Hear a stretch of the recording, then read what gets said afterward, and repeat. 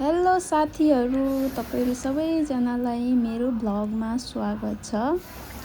हजुरहरू सबैजनाले मेरो युट्युब च्यानललाई हिमकला झापा छ, सबैजनाले सब्सक्राइब गरेर सहयोग गरिदिनु होला।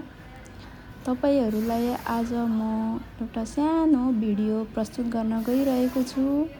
यो चाहिँ एउटा सानो कम्पनी हो। यहाँनिर चाहिँ ल्यापटपको भित्री पार्ट्सहरू, वायरहरू त के बन्दो रहेछ। यो कम्पनी चाहिँ मेरो हस्बेन्डको साथीको कम्पनी हो।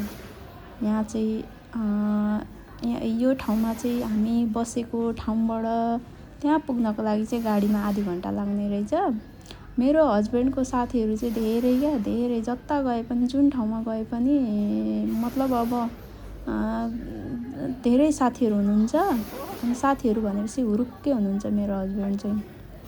अनि अलिकति समय भयो, अलिकति फुर्सद भयो भने आज पनि हामी उहाँ कामबाट 5 बजी छुट्टी भएर आएर हामी अब उहाँको साथीलाई फोन गरेर हामी भेट्न गएको उहाँ।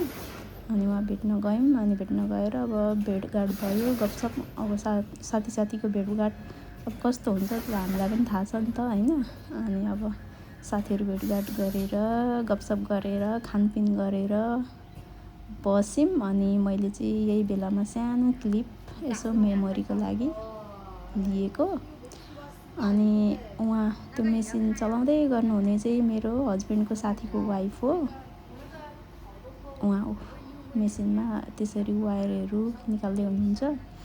यो चाइनिजहरू चाहिँ एकदमै मेहनती क्या। अब उहाँ हस्बेन्ड वाइफ स्टाफहरू पनि हुनुहुन्छ। हामी बेलुका पुगिसकेको थियौँ, अब स्टाफहरू गइसक्नु भएको। अनि दुईजना हस्बेन्ड वाइफ चाहिँ एकदमै मेहनत गरेर, हस्बेन्ड चाहिँ उता मेरो हस्बेन्ड र उहाँको हस्बेन्ड कुरा गर्दै हुनुहुन्छ, वाइफ चाहिँ यसरी मेहनत गरेर काम गर्दै हुनुहुन्छ क्या। अनि चाइनिजहरू चाहिँ एकदमै मेहनती। यो चाइनामा चाहिँ फेरि को धनी को गरिब भनेर छुटाउन गाह्रो हुन्छ, छुट्टिँदैन। जो पनि एकदम सिम्पल लाइफ भन्नाले अब त्यस्तो मै हुँ यता त्यता भन्ने हुँदो रहेनछ है, मैले यसो बुझेको। अब मेरो आफ्नो रिलेटिभ्सहरू कति धनीहरू हुनुहुन्छ र पनि सिम्पल क्या, त्यस्तो धेरै हाइफाई भन्ने नै हुँदैन। उहाँ अब स्टाफहरू राखेर खाना पुग्ने मान्छे हो नि वास्तवमा त हो, तर आफै मेहनत गरिरहनु भएको छ, हेर्नु न। अनि उहाँ चाहिँ मेरो हस्बेन्ड हुनुहुन्छ।